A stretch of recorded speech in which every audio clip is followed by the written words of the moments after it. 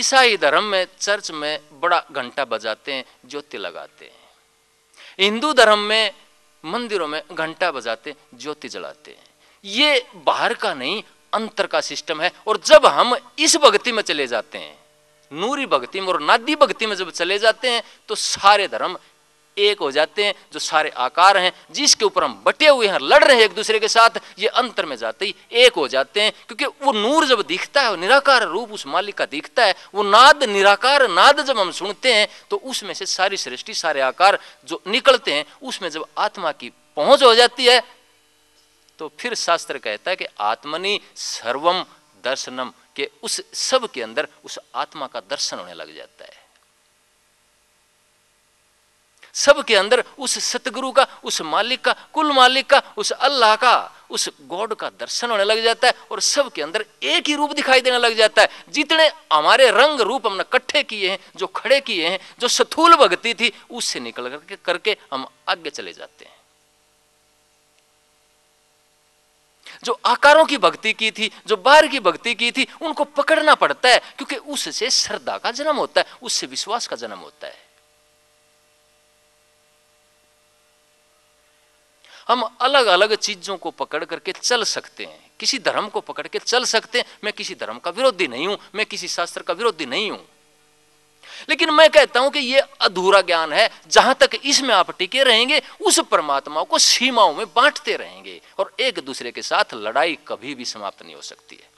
ये संसार आपस में कभी धर्म के नाम पर, कभी संप्रदाय के नाम पर, तो कभी जाति पाति के नाम पर ये बंटता ही रहेगा, कभी विचारधारा के नाम पर, कभी शास्त्रों के नाम पर ये बंटता रहेगा। लेकिन ये जो सीमा वाला परमात्मा की हम पूजा करते हैं, ये केवल एक दरमियानी रास्ता है, एक शुरुआत है। इसको पकड़ कर हम चलते हैं तो हमारे अंदर श्रद्धा का जन्म होता है, विश्वास का जन्म होता है, प्यार पनपता है।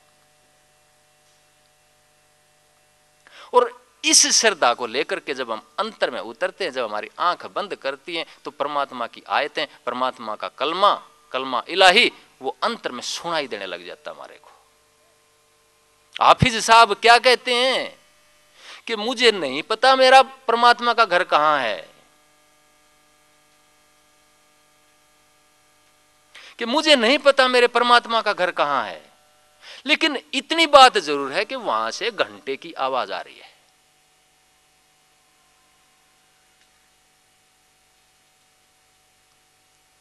तो जब भी जो भी अंतर में गया है, जिसने भी उस परमात्मा को, उस मालिक को खोजने का प्रयास किया है, अंतर के नूर में गया है, वो उसके निराकार रूप में गया है। वो जिसने भी उस परमात्मा को गहराई से, प्यार से खोजने की कोशिश करी है, पिपासा के साथ, प्यास के साथ, तड़प के साथ, वियोग के साथ, जिसने भी खोजने की कोशिश करी है, तो अंतर के नूर में, अंतर के नाद में वो गया है। वो साजली दौलत है, वो साजला स्रोत है, जहां से सारी सृष्टि निकल करके आती है। और जब हम उस धर्म में चले जाते हैं, उस धर्म की गहराई में चले जाते हैं, तो बाहर के जो रूप हैं ये विलीन हो जाते हैं। इनसे नफरत नहीं करते हम, इन रूपों से फिर इनकी बुराई नहीं करते, इन रूपों की हम। लेकिन यही रूप हमारे लिए मील का पत्थर साबित होते हैं। फिर मील का पत्थर क्या होता है? मैं कहीं जाता हूं, दिल्ली जाता हूं या किसी शहर में जाता हूं, मेरे को रास्ता नहीं पता है, रास्ते में पत्थर आता है, लिखा हुआ है दिल्ली 20 किलोमीटर, दिल्ली 40 किलोमीटर, या फलां शहर इतने किलोमीटर। ये दिशा देते हैं मील के पत्थर।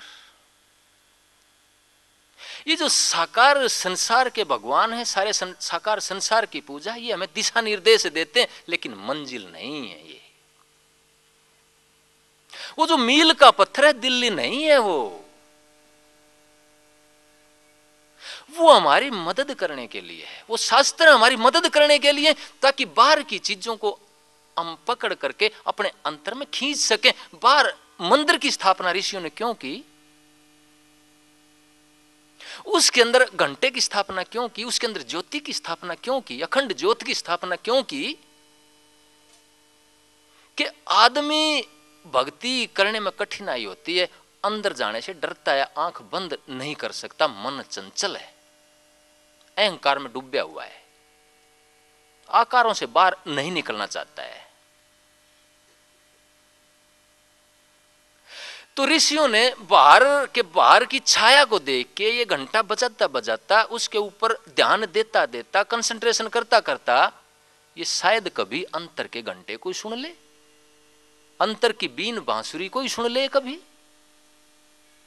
अंतर के अनहद नाद को ही सुन ले, कभी अंतर की ज्योति को ही जला ले कभी। तो जब भी हम इस धर्म की पालना करते हैं, इस निर्गुण धर्म की पालना करते हैं, तो जितने भी बाहर के आकार हैं या आकारों में बंधा हुआ जितना भी धर्म है, वो सारा धर्म हमारे लिए एक मार्गदर्शक बन जाता है, मील का पत्थर बन जाता है, जो हमारे को उस आत्मिक, उस अल्लाह के नूर तक, उस ज्योति स्वरूप ब्रह्म तक, उस वर्ड तक, उस नाद तक पहुंचाने का जरिया बन जाता है और हमारी मदद करता है। और जब हम वहां पहुंच जाते हैं तो बाहर की चीजों के लिए, बाहर के धर्म के लिए लड़ाई नहीं करते। फिर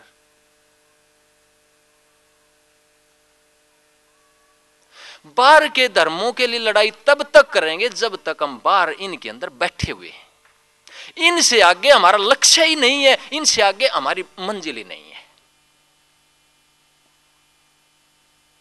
क्योंकि इन्हीं को हमने भगवान समझ लिया है।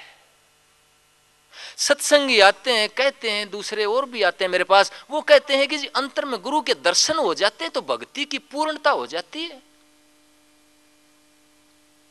मैं कहता हूं भक्ति की पूर्णता नहीं, भक्ति की शुरुआत है वो। और ऐसे आदमियों को मेरे जैसे गुरु बैठ करके उनका शोषण करते हैं कि हाँ तेरे को भगवान के दर्शन हो गए, तेरा काम बन गया है, और वो फिर खूब पैसा चढ़ाते हैं।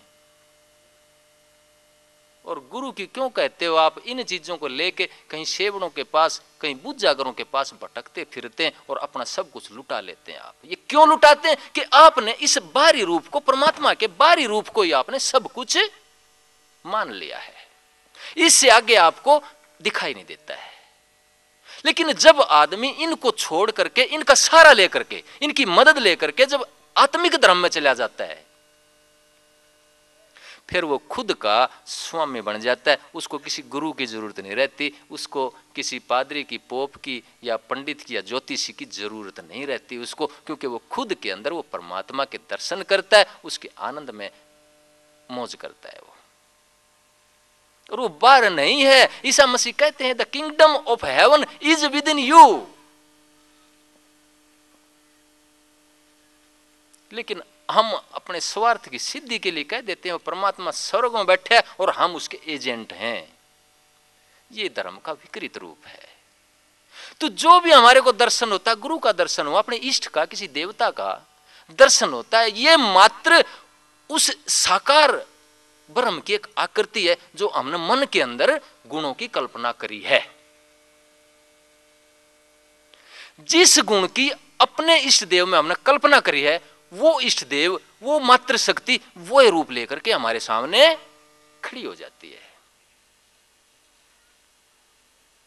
श्री अरविंद क्या कहते हैं कि इस स्थूल रूप को जो जिस गुण के साथ, इस मात्र शक्ति बोलते हैं वो उसको, जैसे राधा स्वामी पंथ में उसको राधा बोला गया है, यहां स्वामी का रूप नहीं है, यहां प्रकृति है। गीता में कहा गया है कि यहां सारा काम प्रकृति की शक्ति से चलता है, तीन गुणों से चलता है, सत रज तम से चलता है, तीन त्रिगुणात्मक प्रकृति है ये। वो कहते हैं मैं नहीं हूं यहां पर।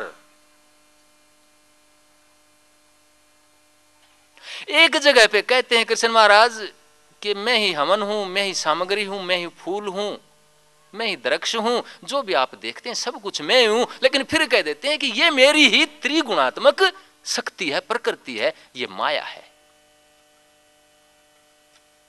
लेकिन दूसरी जगह कह देते हैं मैं ये भी नहीं, मैं मन भी नहीं, मैं अहंकार भी नहीं, मैं शरीर भी नहीं है, सृष्टि भी नहीं, इन सब से बाहर भी हूं मैं।